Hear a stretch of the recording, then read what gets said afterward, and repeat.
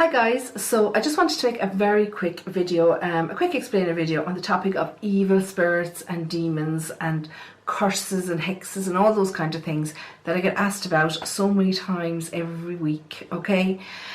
Firstly, I don't believe in evil energy, okay? This is a matter of experience, of what we've been through in our lives. I've never experienced an evil energy, okay? I've spoken about it several times. I've been connected with spirits since I was born, okay, since before I can even remember, and never have I come across anybody who's meant me any harm or has come for, any intention other than to be there for me, okay? So it's all about me, isn't it? Look, this is the way I explain it, and I explain it the same way all the time, okay? This is my physical body. I only have it while I'm here on earth, but while I'm here, I'm confined within it, okay? I can't do anything without it. I am who this body confines me to be, okay? So when I arrive on this earth, I have the most pure spirit, the most pure soul. But this soul is only pure, when it's outside of this body. When it's inside this body, it's constricted to the restraints of this body. So for example, okay, if this physical body were to lose a leg or an arm or be hard of hearing, okay, on this earth, do I carry those things over to the spirit world? No, okay? So if I were to lose a leg, God forbid, on this earth, you wouldn't imagine me hopping around the spirit world, okay, for eternity, okay? That's a physical constraint, okay? If I were blind, I'm not blind in the spirit world. That's a physical constraint of this body, okay? So if somebody is what we deem to be evil here on earth, so we're talking about somebody like Adolf Hitler, Ted Bundy, I don't know, there's lots of them, Boston Stranglers, anybody that you can think of really, Fred and Rose West, okay, all those kind of people who've done terrible things while they've lived on this earth, okay? So these are the people that we imagine that are going to be evil, when they pass over. Jack the Ripper, okay, so he's obviously passed at this stage. Does somebody think that he's going to come back and terrorize them or murder them? Okay, it's not going to happen, okay? First of all, whatever was going on in Jack the Ripper's head was because the mind of his earthly body was defective. So whatever illness he had was confined to his mind, his physical mind. Once his soul leaves this physical body and he goes to the spirit world, I have no doubt that he's going to have an epiphany when he gets there. And he's going to think, oh my God, did I do this? Did I really kill these women, in such a grotesque fashion? Yes, he will have to atone for those things when he gets over there, but it doesn't mean he's this evil person that's going to want to come back and continue murdering or continue terrorising ladies on the streets of London, okay? It's just not going to happen. When I'm gone, I'm out of here, and I keep saying that to people. I mean, this life is full of hardships. There's lots going on. And, I'm tired. I'm tired already, and I'm only in my 40s. I'm going to get tired as I get older. I don't want to come back here. I mean, yes, I'm going to want to check in every now and again and see that my children, my grandchildren, whatever, are doing okay. But I'm not going to want to be spending any amount of time here, shaking chains, moving curtains, touching people on the shoulder. Why? Yes, we do hear things, and I've seen it myself because I'm a big fan of programs like Most Haunted, Paranormal Investigations, when I get a chance to watch them on television. But it doesn't mean necessarily that the spirits that are coming through in these investigations are evil. Okay, we do leave what I call a footprint on this earth, okay? So, there's a memory somewhere within a building of a time that I lived there. Or, there's an imprint of my energy on something that I would wear every day. Okay, my wedding ring, for example, okay? 'Cause I never take it off, even in the shower or in bed. It's always on me. So, if you were to hold that, and if you can see back here, there's a word called psychometry, okay? On my sign there behind me.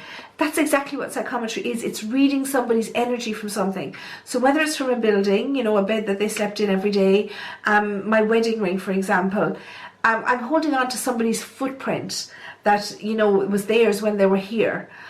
and it helps me to connect to them, but it doesn't necessarily tell me all the information, you know, about them. Okay, that's actually connecting with the spirit. The psychometry is reading the energy that they've left behind, and that's effectively what people do in those paranormal investigations.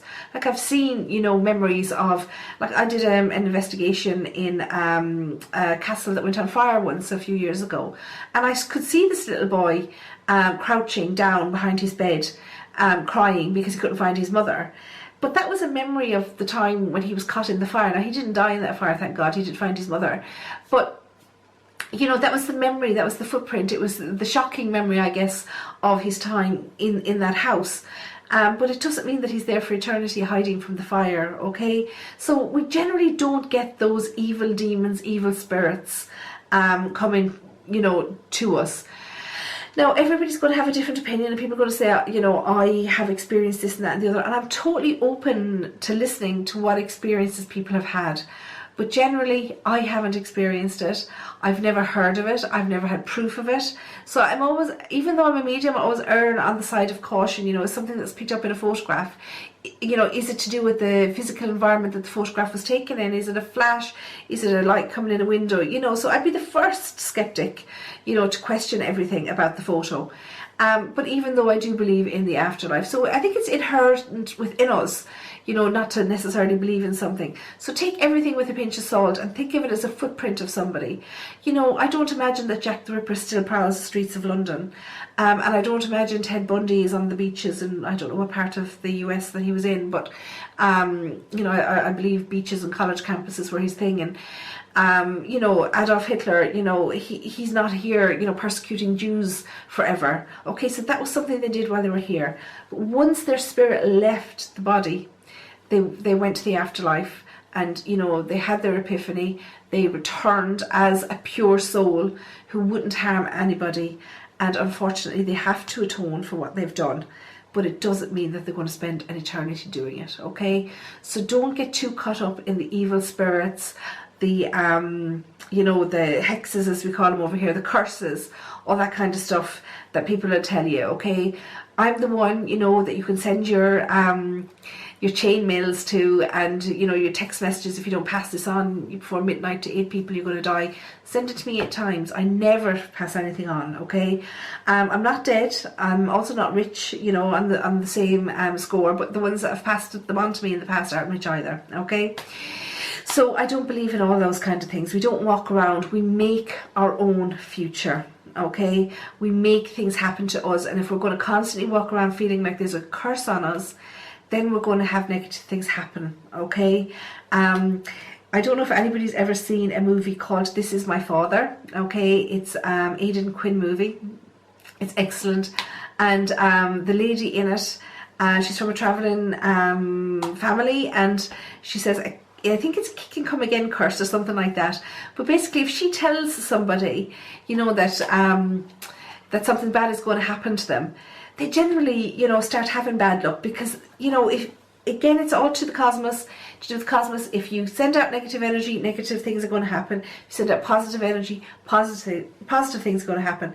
And invariably, when she said to somebody that she'd put a kick and come again curse on them, then they started tripping over, you know, walking into doors, all this kind of stuff, because they perceived that something bad was going to happen. Okay, but we make our own energy, we make our own luck.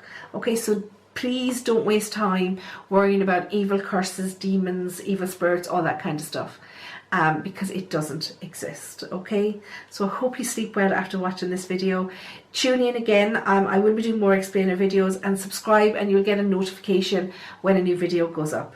Thanks for watching, folks. Take care. Until the next time, namaste.